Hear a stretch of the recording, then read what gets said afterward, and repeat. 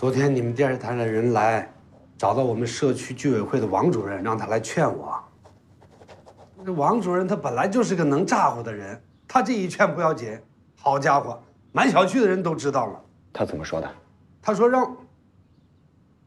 让我们几个去参加节目，说是能解决这个老年人婚恋的问题，还有说让我们要勇敢的面对这个老年的这个黄昏恋，还给那些不婚不育的人，不是恐婚恐育，哦，还给那些恐婚恐育的人做榜样。你说这哪跟哪儿啊？我们做啥榜样啊？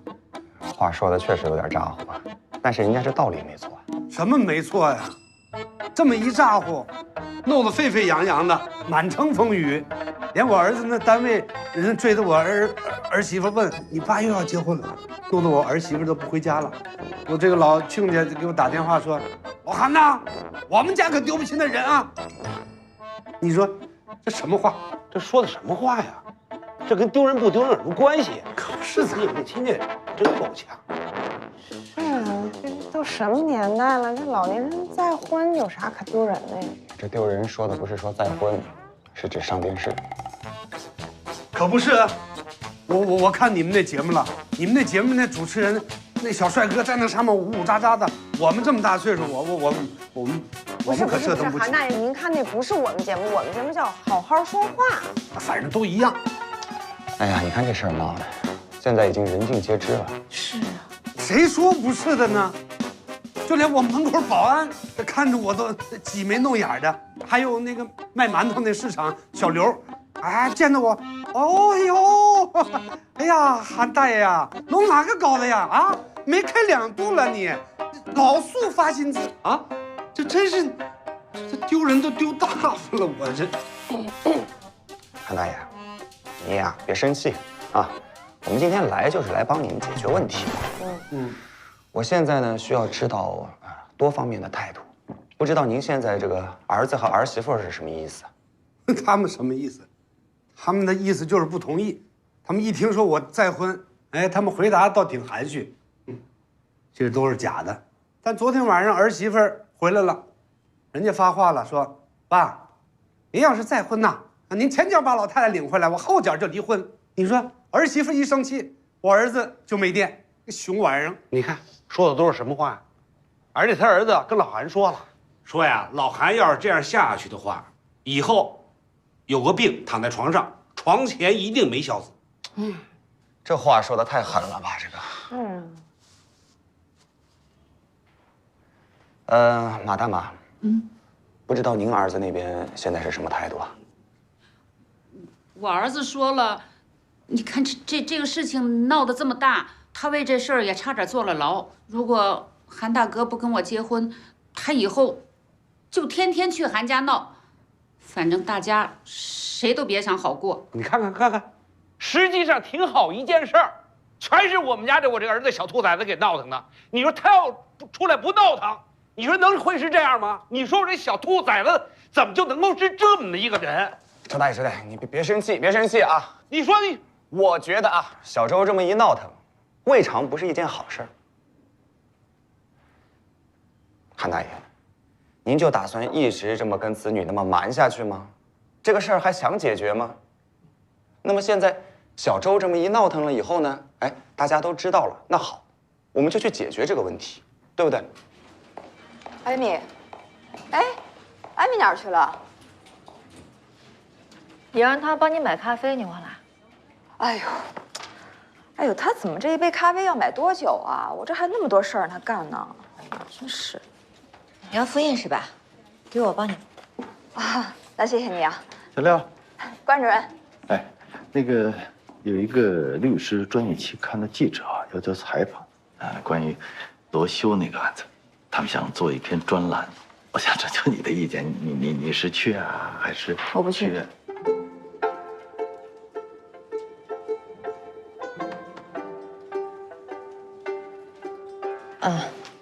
是这样的，这个案子最后也没有达到预期的结果。那我觉得热度刚刚退去，我再去做采访，再说一遍，舆论又起来了，那不对我的委托人又是一层伤害吗？再说了，我是新律师，我哪句话该说，哪句话不该说，回头说了不该说的，把咱们律所给影响了也不好。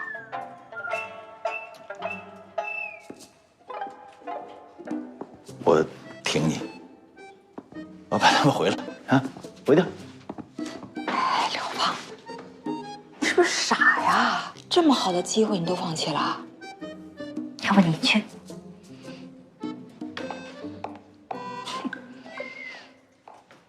韩大爷，小韩坚决阻止您再婚，您知道到底是因为什么吗？他跟我说是他妈走得早，他心里还在怀念他妈。胡说！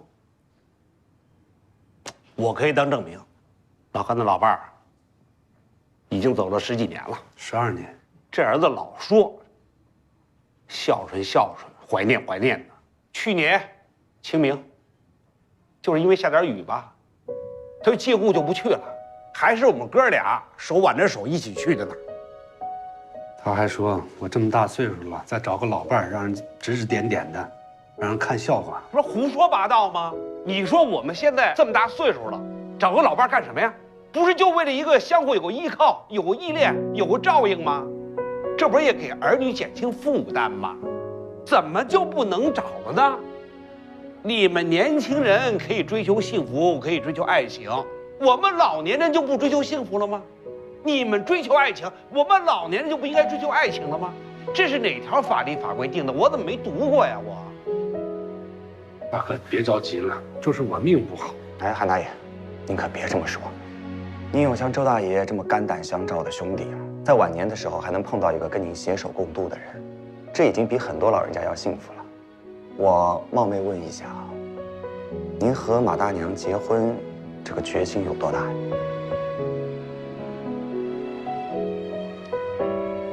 必须的呀！你说这事现在都闹成这样了，我现在不站出来，那我还是个男人吗？我。其实我今天来，是受了一个人的委托。周大爷，您知道是谁吗？谁呀？您儿子小周。嘿，哎，我这儿子怎么？哎，没完没了了是吧？您听我说完。小周现在是什么意思呢？他是觉得在整个这个事件当中，受伤害最大的人就是您。不，没事。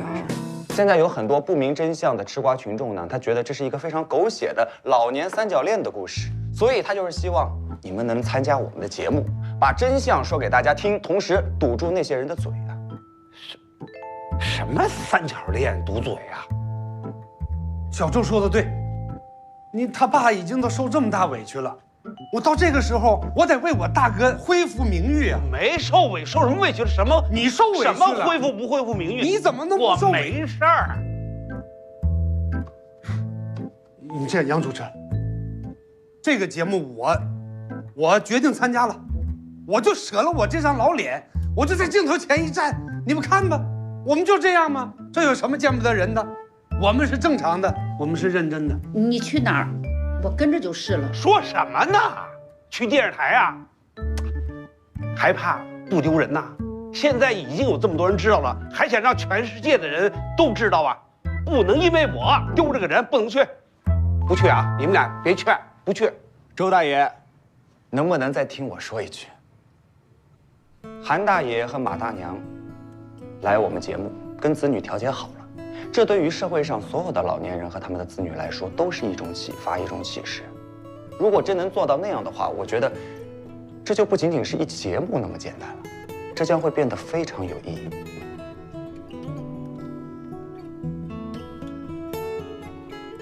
去啊！那有道理啊。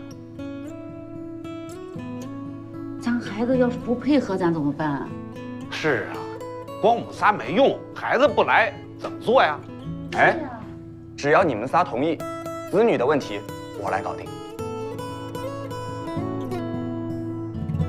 李总，根据您的指示呢，我让财务部门对咱们这个资产出售啊做了一个方案，让财务总监给您介绍一下吧。李总，我们目前对志恒地产可以快速变现的资产做了评估，如果将志恒地产现在在西南主要城市的一些商业街出售的话，勉强可以缓解现在的资金压力。但是，都这个时候了，有什么说什么，不用顾虑。现在出售资产的话，明眼人一看就猜得出来是资金链出现了问题，买方一定会恶意压价，肯定卖不出一个好的价格。而且西南商业街在公司的资产当中是比较好的资产，压价出售的话，我们就亏得太大了。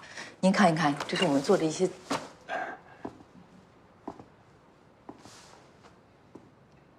没事，你接着说。啊，李总，出售这个商业街，这应该是咱们最后的选择了。现在呢，咱们有一些经济效益一直不太好的子公司啊，可以考虑现在处理嘛。是。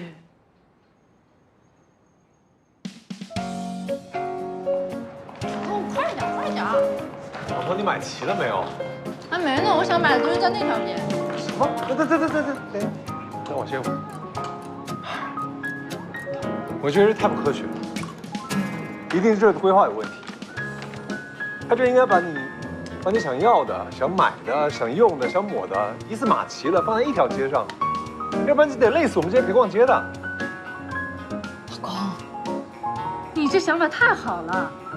等你哪天有钱了呀，你也给我买一条像你刚才说的那样的街。行啊，那我就是这条街上最靓的仔。我老公在我心中永远都是最靓的仔。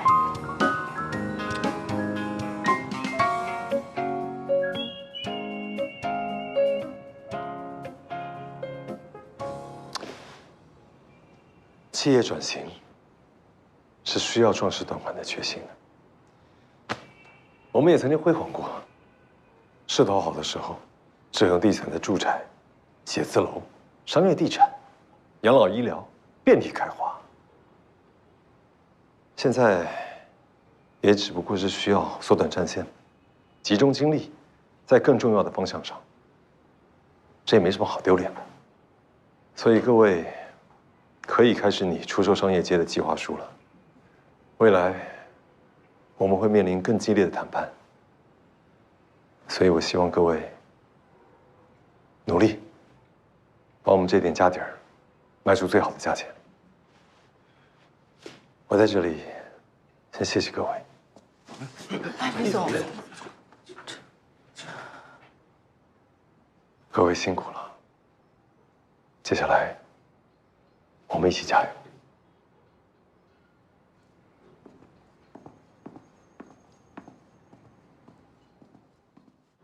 老年人婚恋的那个案子，我准备马上就做了，已经让丁宁去准备了。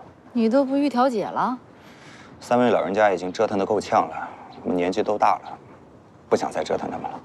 成熟了，进步了，都知道为当事人着想了啊。但是这个韩大爷跟马大娘的儿子还没有同意，我打算去做他们的工作。你太小看你王牌主持人的能力了。咻，现在挺高调啊，都自称自己是王牌主持人了。我不是说我是说赵丽。这跟赵丽有什么关系啊？她年纪轻轻，做事真是风风火火的，非要走别人的路，让自己无路可走。她为了要让韩大爷上节目，小马和小韩的工作她早就做通了。对于小马呢，她就跟小马说，只要马大娘上节目，韩大爷一定会在节目里跟她求婚。这不正是小马所希望的吗？小马当然就答应了。那现在最难的就是小韩了。小韩，赵丽是动用了基本上自己所有的关系了，对小韩施压，让小韩现在遭受到巨大的舆论压力，变成一个人人喊打的不孝子。那么小韩跟他媳妇儿也承受不了这种压力啊，所以只能低头。那这么说，你现在就是坐收赵丽的劳动成果了？也不能说坐收，我让他俩去做出一个选择啊。如果非要把这件事情搬上电视荧屏的话，到底是来我们好好说话节目，还是去他的爱的魔力？那当然是好好说话了。你想，谁愿意自己的父母上爱的魔力？那心理压力得有多大呀？行了，那我工作也汇报完了，没什么事，我就先撤了。哦，对，马上赵丽过来啊，不管他是撒娇卖萌也好，撒泼耍赖也好，一定记得帮我好好感谢感谢他。都到这个时候了，我当然得好好哄着他，不能再骂他了呀。你不能得了便宜卖乖啊！还有那个廖望不是帮罗修的案子处理好了吗？方矮再三的感谢，你有没有想过要感谢廖望？他帮的是罗修，方矮感谢的是你。哎，你等等，就是廖望处理整个案子的过程我看过了，你猜我当时怎么想？你怎么想？我当时就在想，如果是你来处理的话，你也一定会这么做。哼，真是抬举我。我还在想，遇到这么好的孩子，可千万不能放弃，否则今后啊就没机会了。你自己再好好想想。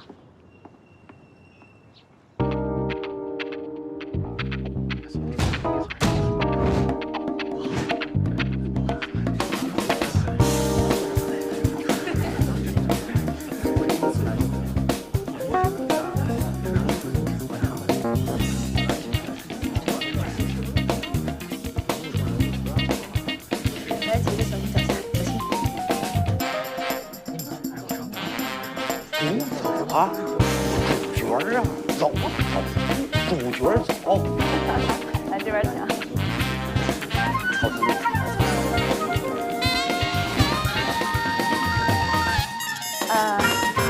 这样的，我们先从周大爷跟周先生开始吧。您二位可以先坐在这休息一下。好，有什么需要随时呼叫我。周大爷，跳将台阶，台阶。大爷欢迎啊。好，周大爷，您坐这边。哎，请坐，请坐啊，周先生。好，那个。你先去忙，我跟他们聊一下。OK，那你先靠。来，各部门人注意调整一下啊。那个，你二位请坐，请坐。哎，别太紧张，有什么事需要随时呼叫我。哎，好。哎，那个谁，过来一下。周大爷，来了啊。到时候节目录制的时候啊，别看那些机器，你就看着我就行，就全当我跟你在茶社聊天。是，我一看那玩意儿冲着我就浑身哆嗦，紧张，一句话说不出来。没事，你就全当在家跟我嚷嚷那个状态就行。哎，别废话。来，大家记好了啊，一定要互动，互动啊，要热情，跟着我们主人公的这个情感呢给反应，不要冷场啊。那个实拍的时候呢，要注意看我们副导演的手势，好吧？大家准备一下啊。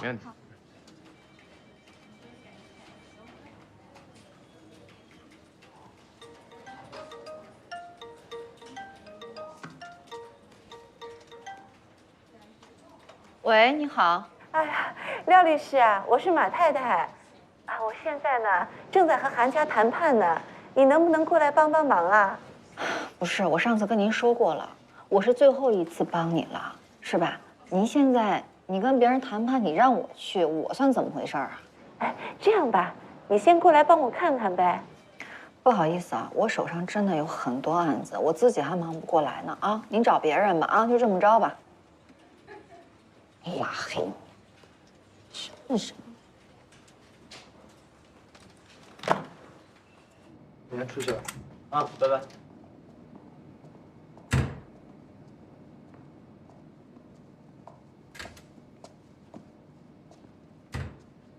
干啥呢？喝完了。啊！工作时间愣着干嘛呢？你们都？不是电脑，我就想说，头军是怎么了？怎么和那老头聊这么来劲儿啊？对呀，这几个人，你说跟咱们头什么关系？头一次对当事人这么客气，你说啥关系？你说啥关系啊？那现在台里上上下下都盯着咱们呢，头好不容易发愤图强，好好的想做节目，为咱们谋个好前途，怎么着？你们有意见？有意见？要不跟他聊去？没有啊，没有，就转变的太快，我们得适应一下。啊，对，我刚才去现场，那个小周在，小韩夫妇、小马夫妇呢？哦，那马太太说难得上回电视要美美的，这不化妆还没回来吗？你跟我开玩笑呢吗？节目马上开录了，耍大腕是不是？你想什么呢？我去找，我去找。我也去，我也去找。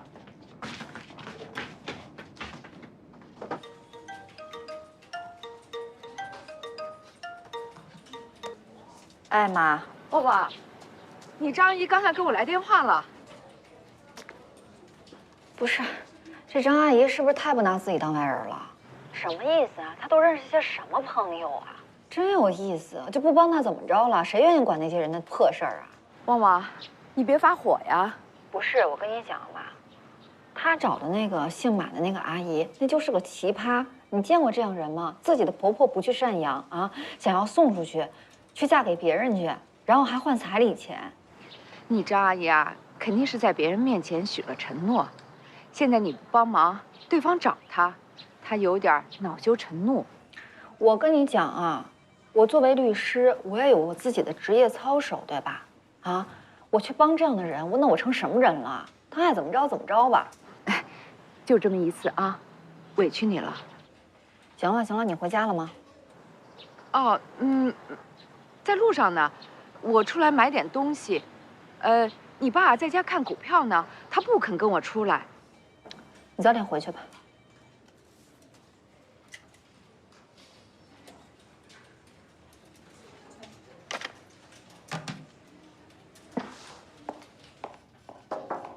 陈律师，我有点事要出去一下。去哪儿？有个人要问我都说了，你出去不用跟我报备。习惯了啊。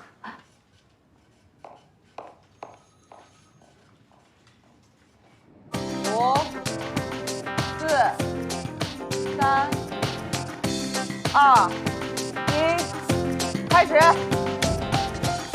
现在坐在我右手边的呢，就是周登良老先生，啊，而坐在他对面的便是他的儿子，周翔先生。周翔先生在大学毕业以后就到外地去工作了，现在已经将近有10年了。跟很多在外地打工的年轻人一样，他工作很忙，1年才能回家1次。于是慢慢的，他发现和父亲的沟通好像变少了，距离开始拉远了。周翔，你从什么时候开始意识到你跟父亲之间的沟通开始产生问题的？要说出问题是从我母亲去世开始。我们家的情况是这样，以前呢，我有什么事儿我跟我妈说，我妈传达给我爸，我爸有什么想嘱咐我的呢，跟我妈说，我妈再传达给我。现在我妈走了，我爷俩交流越来越少了。我有什么事儿想跟他说，想跟他唠唠，他不跟我聊。我问多了说多了，还嫌我烦。周大爷，小周现在说的他跟你沟通少的这种情况，您是怎么看的？什么沟通少了呀？每天打电话就一件事儿，你吃了吗？吃饱了吗？吃的什么呀？几点吃的呀？你说这一件事儿你就打电话了，还不够浪费电话费的呢。那不是找嗑唠吗？我不问您吃了吗？我问什么？我说您上厕所了吗？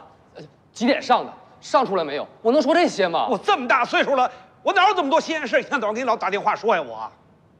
周大爷，您先消消气啊。您要知道，您的儿子是在大城市上班，他每天的工作压力很大。其实他每天所经历到新鲜好玩的事情，可能比你还少呢。有的时候啊，那亲人之间的感情就是靠着这些看似没有营养的对话来维系的。我相信他也不会有那么多的时间，空闲的时间，来给你打电话。他这么做无非就是想关心你一下，他就是想知道您在干什么。想让您知道他在想您，周老先生，您有没有觉得您对于儿子的感情好像有一些过于疏离，或者说是冷漠了呢？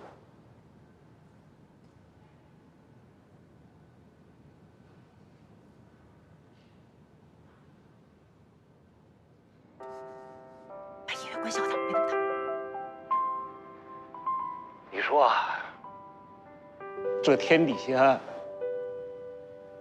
哪有父亲对自己亲生儿子冷漠的呀？我老伴儿在的时候，就老跟我说，儿子一个人儿在大城市打拼不容易，每天一早7点起床，接着就要赶地铁，有时候忙得连饭都吃不上，晚上还要加班，所以说有点时间能多睡会儿觉多好啊！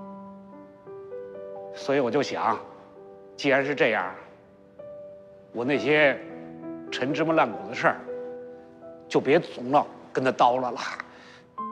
有这功夫，多睡会儿，多吃点好的，比什么都强。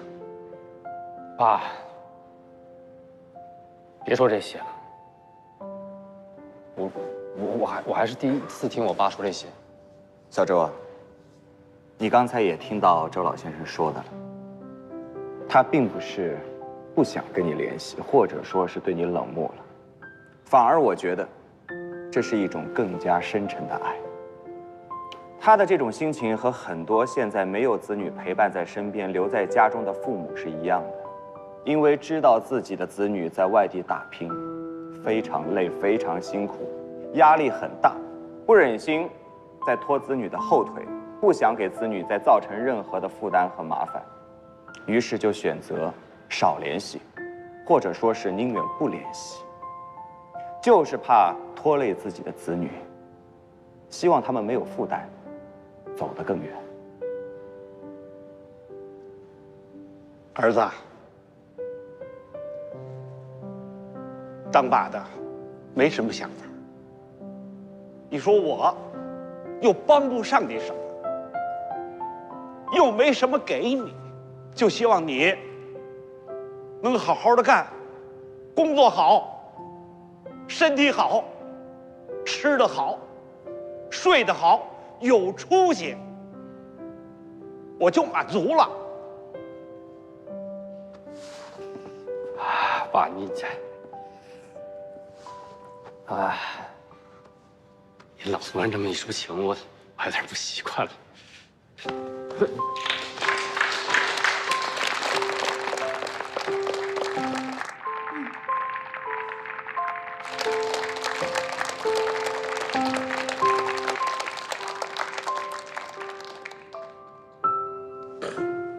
小周先生找到我们节目组，是有一件事情想托付我们。因为差不多就在几个月前，他发现了他的父亲，也就是周登良老先生，似乎有了心仪的人，但是呢，却好像故意在隐瞒自己什么，不想让他知道事情的真相，于是就托付我们去调查。但经过我们节目组的反复调查之后，我们发现事情远没有那么简单。下面就有请我们的另外2位嘉宾，韩大爷和马大娘来到我们的节目现场，有请。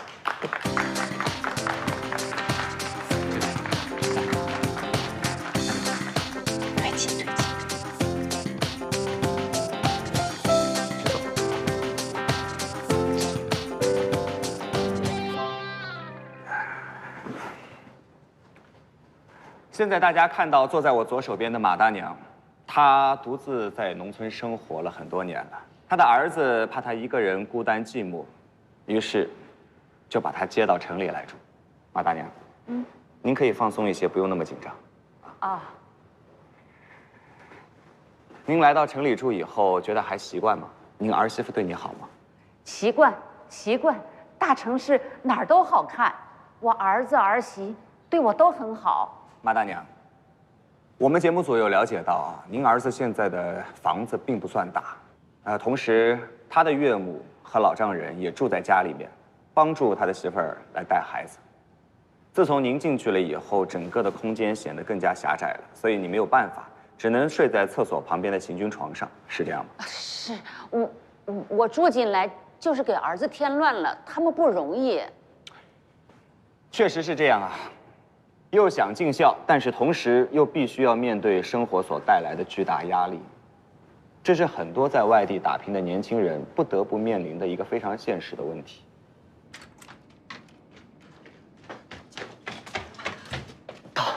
怎么样？没找到，电话也不接。 4个大活人凭空消失了，我哪儿都找遍了，赵丽那边我都去找了，就。我说你脑子进水了你生怕赵丽那边不知道咱们出状况是不是？你怎么不从楼上跳去呢？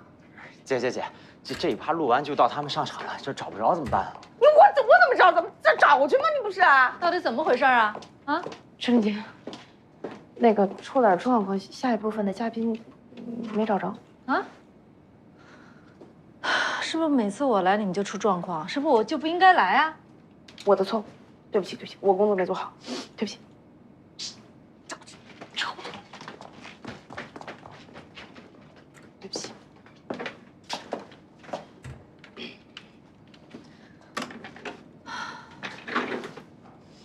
让阳光再撑一下。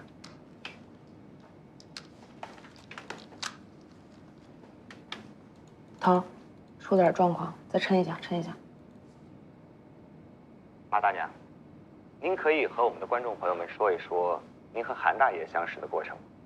哦，那是1969年，我19岁，在纺织厂当工人。老韩呢，在厂里干那个保卫，我们俩就这么好上了。这马上就要录节目了，你们俩把我们找这儿来干什么呀？想？就是因为要录节目了，所以咱们才应该碰一碰。前2天我一直在找你们，你们总说没空啊。碰什么？有什么好碰的？当然要碰了，一会儿当着那么多观众的面儿，咱们就该表态了。这桩婚呢，肯定让他们结了，可怎么个结法，咱们还没有讲清楚呢。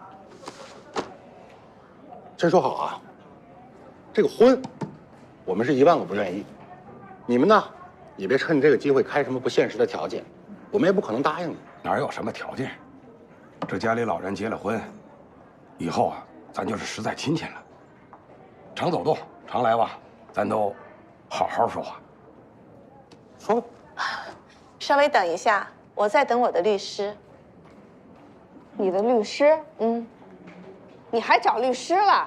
他这是要来分咱们家产来了。哎，跟这种人有什么可聊的？走。哎，你别着急，你别着急，别碰。哎呀，这也不是我一个人的律师。你看这件事情闹得那么大，咱们都背上了不孝顺的名声，请律师来啊，就是为了避免纰漏，免得大家以后都不开心。小海，坐吧，坐吧。不孝顺。哎，坐。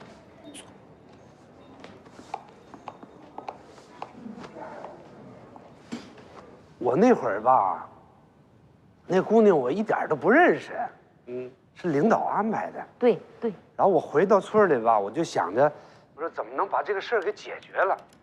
结果没等我把这事儿澄清呢，他们家里已经操办的给他办婚事了。结婚那天呀，那鞭炮放的呀，把我这心都给崩碎了。我1个星期都没出屋。不过幸好，我这不来城里看儿子吧？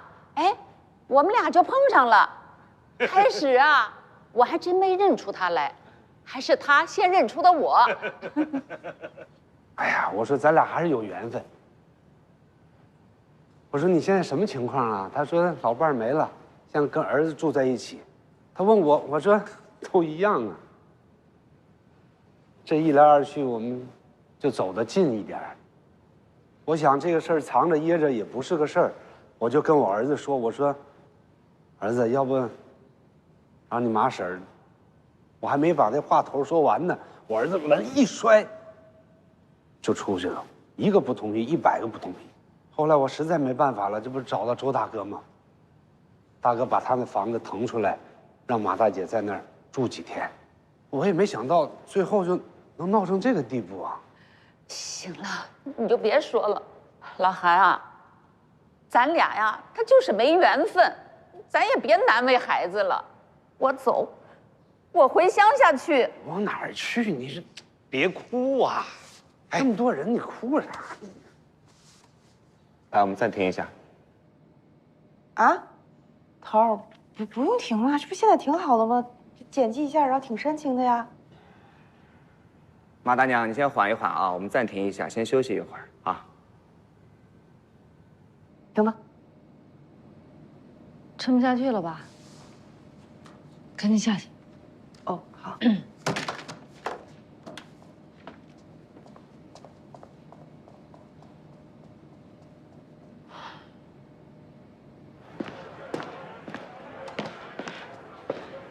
小韩人呢？还没找着，尽快。先把人找到再说。三儿，给大家歇会儿啊。哎，廖律师啊，来这边。我是廖望。啊，再搬个凳子吧，来坐。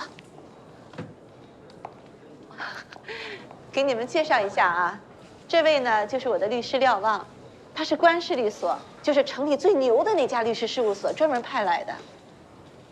我们现在可以开始谈了。廖律师，你是不是做个记录啊？我今天只是旁听，你们谈你们的。如果需要一些法律咨询，那我可以提供给你们。啊，也是为今天咱们说的话呢做个见证。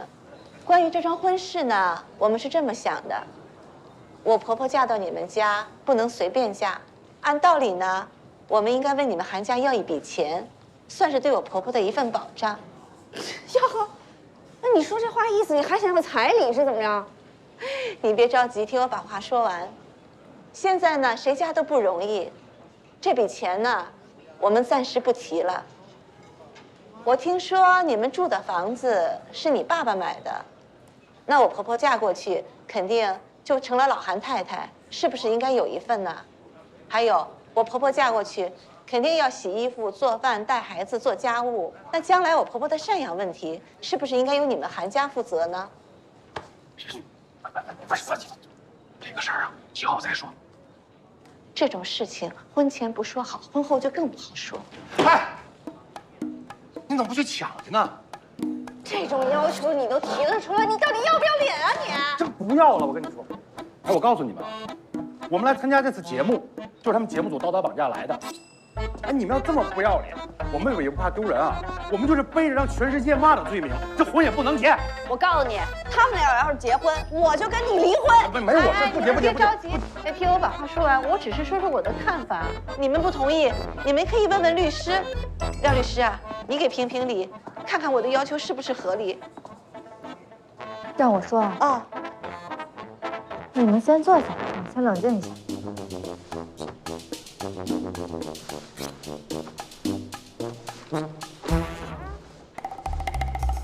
马阿姨，我希望这是我最后一次跟你说话，我实在是不想再看见你了。我帮你呢是出于人情，我不帮你也不违反我自己的职业道德。从今往后，你什么事我都不管，你别找我妈了，你找谁都没用。你怎么这么说话呢？你让我来的，你让我说的呀。那你既然让我说了，那行啊，我来给你们普及一下法律知识，什么叫公序良俗。我见过势利的儿媳妇儿，我也见过自私的，见过不讲理的，但我还真没见过你这样的。你不想赡养、不孝顺也就罢了，你还拿你的婆婆出来卖钱啊？哎呀，不是的，我们家情况比较……闭嘴，我还没说完话呢。睿智。还有你，什么叫道德绑架？让你来成全、见证你父亲的幸福，这就道德绑架了。你说你但凡早点问问你父亲到底是咋想，听听他自己的处境，你至于闹到今天吗？你说你们家老爷子给你买了房子，给你娶了媳妇儿，还帮你照看着孙子，人家找一个晚年照顾自己的人，怎么了？人做错什么了？你为了你自己的自私自利，去阻碍你父亲的幸福，你安心吗你？人家老周非亲非故，人只是个朋友，处处为你父亲着想，人哪怕把锅往自己身上扣，你作为儿子的，你心里安心吗？还有你们4个，哎，我只见过人家儿女结婚，父母出来谈判的，我还真没见过这父母结婚，这儿女出来谈条件的，不害臊啊？你们谁呀？有资格吗？配吗？不是，你怎么说话的？就这么说，你告我呀？哎，我还真就告你了。廖律师，说的不错。你不是在上面录节目吗？让他们4个缓一下，情绪冷静一下，喝杯咖啡，接着再录。赶紧带他们上节目，让电视前的观众都见识一下这4个狼心狗肺。好帅哦！赶紧准备一下吧，15分钟以后接着再录。哎，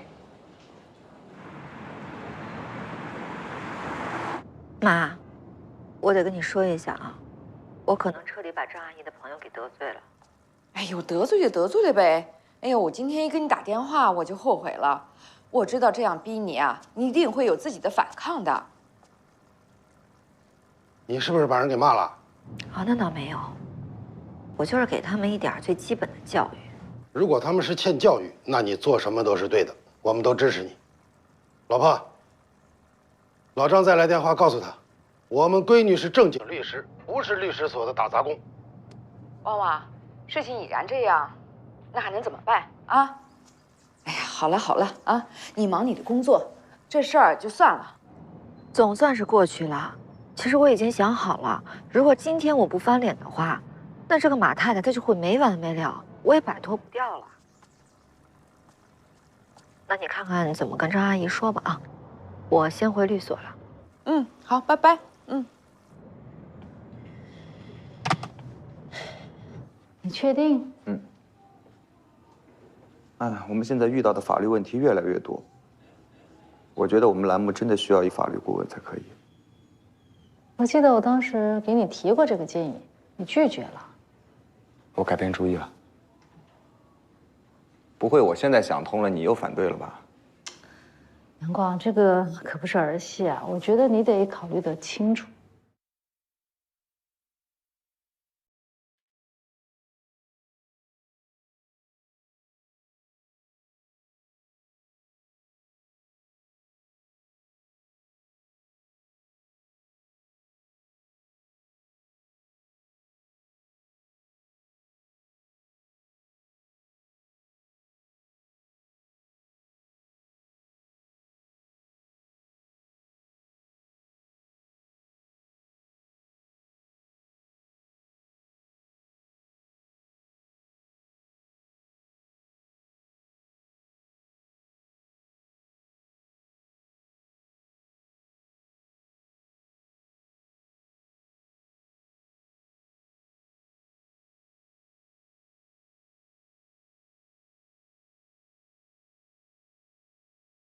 陪我去出现的